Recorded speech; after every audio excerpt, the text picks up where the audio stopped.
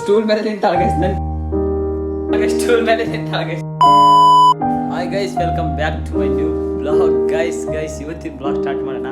ಒಂದು ವೀಕ್ ಆಯಿತು ಗೈಸ್ ಬ್ಲಾಗೇ ಮಾಡಿಲ್ಲ. ಒಂದು ವಾರ ಅಲ್ಲ, ಅದಕ್ಕಿಂತ ಜಾಸ್ತಿನೇ ಆಗಿದೆ ಬ್ಲಾಗ್ ಮಾಡಿ.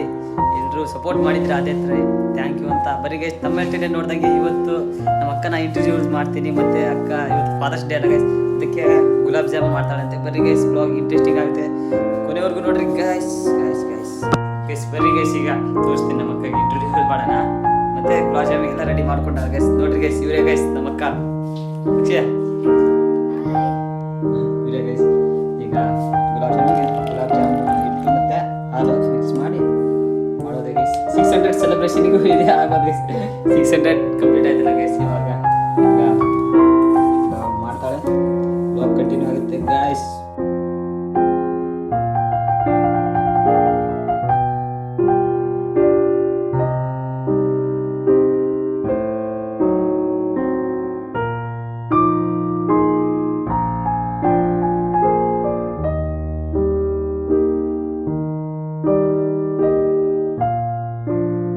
ಈಗ ಅವಾಗಲೇ ಅಕ್ಕ ಏನಾಗಲ್ಲ ಡ್ರೈ ಇದು ವರ್ಕ್ ಮಾಡ್ತಾರೆ. ಬನ್ನಿ ಗೈಸ್ ನೋಡ್ರಿ ಗೈಸ್.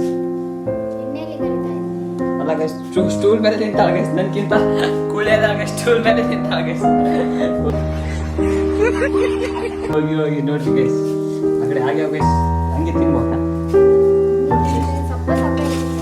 ಗಟ್ಟಿ ಬಿತ್ತು ಗೈಸ್. ಎಣ್ಣೆಗೆ ಇಲ್ಲೊಂದು ನೋಡ್ರಿ ಗೈಸ್, ಸ್ಟೂಲ್ ಮೇಲೆ ನಿಂತಾಳೆ.